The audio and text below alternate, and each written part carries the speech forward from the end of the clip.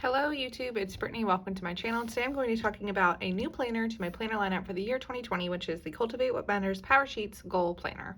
This is a planner I've had my eye on for quite some time, and I finally have added it to my collection because of the Black Friday sale. This was my Christmas present this year, and I wanted to kind of go through some of the pages and my thoughts, tell you what has underwhelmed me, what has maybe overwhelmed me, pages that I'm digging, pages that I'm kind of having a little bit of beef with. Before I get started, I do want to show you the thinness of this planner, and this is basically why I decided to go with Power Sheets instead of a Moxie Life. The Moxie Life just feels too much to me, and I know that there's value in having your planning and your goals all in one spot, but really my daily planner, which is my main planner, is not very big. This is the one for this previous year, 2021, but here's the beginning of my 2022 planner. It's rather thin, and so it's not a big deal for me to have them separate from one another, but something that is kind of overwhelming is the size. Like, comparison wise, it's quite large. I do like this hardcover. I'm not a super fan of the coil, and the paper kind of like shocked me when I first got the planner because it's quite thick. So I frequently am like looking down at the bottom, they're all numbered. And so I'm frequently making sure that I only have turned one page at a time. So let's kind of jump in. I'm not going to go through like exactly what I've put on every single page. I'm just kind of going to go through and show you what this planner is like if you haven't seen it already, and give you my personal thoughts. So this pocket on the inside in theory is nice, but I have a little bit of beef with it because it's not like super easy to get things in and out. Like, these are the stickers that came actually before this page. I ripped them out because there is a challenge to use all of your stickers when you are doing your prep work. So I ripped it out, and then I was like, oh, I'll just put it in this pocket. But it's actually very annoying to try to get it in there. Of course, it just worked on camera, but it can get caught. So I keep the stickers in there. I got this little welcome to the family thing, which I probably will throw away. I folded up the Moxie Life assessment and put it in here because I am going to be combining the system. And then there's also like a word of the year card, but I can't even find it right now to get it out. Wow, this is embarrassing. Is it even in here? It's not even in there. I don't even know where it went. There's a word of the year thing, but I don't think I'll be using it anyway. So there is a pocket. I don't love it, but there is that. Then there's the name page, and I've just kind of gone through and highlighted some of the pages that resonate with me, added some stickers. I am feeling a little bit of like perfectionism in writing in the planner, so I am using a pen mostly, or a pencil rather. This is the one I like to use. It has a little clicky and then like a huge eraser at the top. It erases very well. These pages, there's no like marks when you erase. I don't know, I don't want to commit yet, but I should. This is part of my problem, is feeling like it needs to be done well, which is ironic because like all of my stickers are crooked and my washi is also always ripped wrong, but whatever. So I really liked this page about, you know, ways I'm encouraged, what I want to be known for, what helps me do my best. The what fires me up page is exciting because these are kind of things that I need to make sure that I'm doing throughout the year, and this will be a good place for me to get ideas for my goals. This page was highly customized by me. I whited out all of the areas of life that Cultivate What Matters gives, and they're kind of similar to Moxie Life, kind of not. And then I reworked it so that this page is all about people and this one is not. So personal, which I kind of combined personal and fun and recreation, friends, family, and then my son, health, wellness, spiritual, financial, and physical environment. I think that you're just supposed to like give it like an arbitrary number and then journal about, I don't know, things that are going well. But what I decided to do was that I wrote a little line and I did my Moxie Life assessment here. I got my average score, which is funny because almost every area of life is a 7, except for finances, which is a 4, and physical environment, which is an 8. And then on the right hand side, I wrote some ideas of things that I want to do this year, and I'm toying with the idea of like highlighting the most important thing for me, but I don't want to like commit on what those things are. So maybe after I've made my like action plans or whatever, Something that I don't like about this prep work is that I don't feel like it goes in sequential order in my brain the way that I think it should be set up. So there's that. I'm probably going to have like a trillion little sticky tabs at the top later. There's good things, challenges, people I'm grateful for, what I've learned.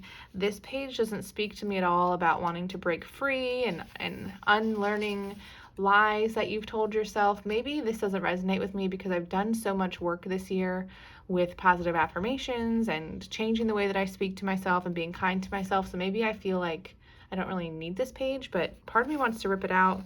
I won't. I may tape it together. I don't know. This page, I think maybe, I really like this. I also really like this. These days are your legacy.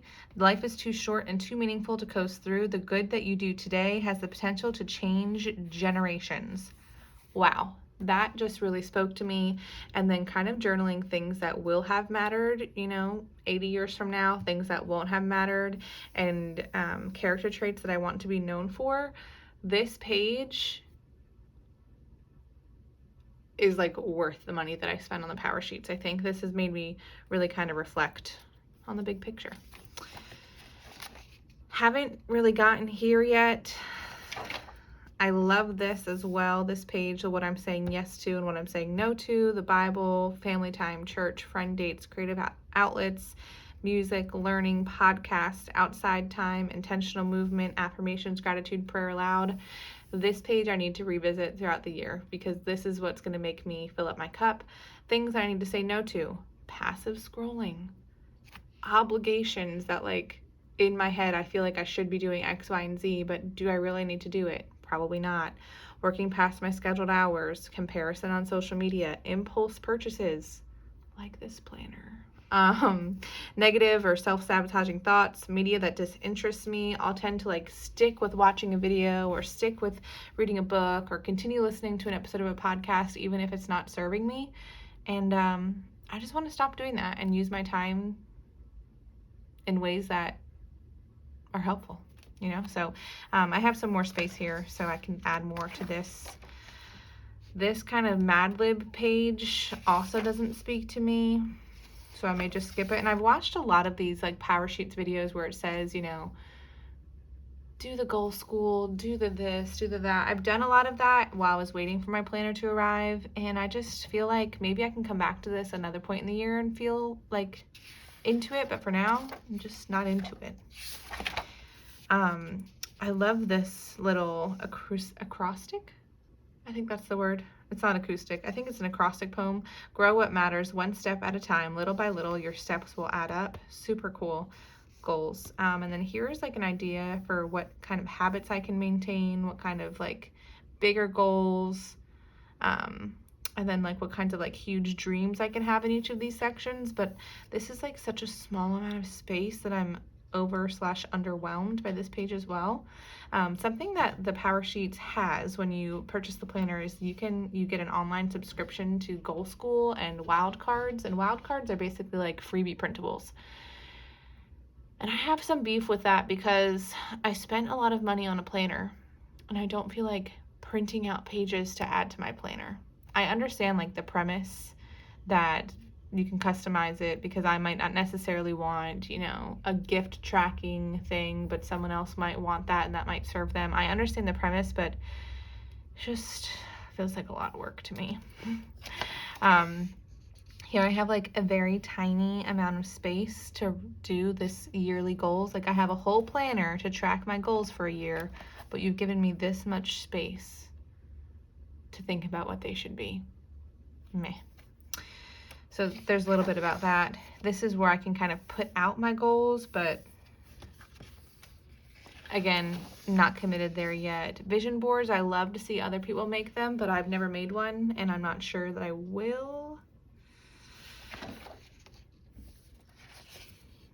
I like this page, but don't feel like I have anything else to add to it. Ways I'll turn challenges into opportunities. I don't know. And then I have a couple of pages here about breaking down my goals. And I do like these sections where it says what success will look like, what might happen if I don't start or make progress on this goal, people who will be positively affected by this goal. This really like inspires me, and how I have fun with this goal along the way. That's awesome. I feel like I need a little bit more guidance here in how to sketch out the plan for achieving the goal, the specific goal that I have, but I know that I can go onto the wildcard website printout thingy and do it. Something that I really like is this yearly overview, and I don't know that I will write on this page, but I might rather instead put all of these goals on like skinny sticky notes and then put the month that I intended it to be, and then change it if I need to, so I can see like, oh, we plan on paying off the car in June, but that's actually going to be moved to July or August, whatever. And then that is the end of the prep work in the beginning. There is a little bit of like January, January things to note, and then it jumps right into the tending list and your brainstorm. And then in April, it is your refresh. And I'm a little bit shocked that there's not like a specific refresh tab, but that's okay. Refresh goals, breaking down the goals, and then kind of the traditional monthly thing. So obviously from the self-assessment, finances is the weakest area of life for me. It's something that I've struggled with my whole life and probably will continue to struggle with, but I can definitely make progress. And this is where I'm going to put a lot of effort and energy this year. I'm curious where you are going to be spending a lot of your time this year, and if you will be using a goal planning system to help you achieve your goals. If so, please let me know in the comments below, and I will talk to you guys in the next video. Have a good day.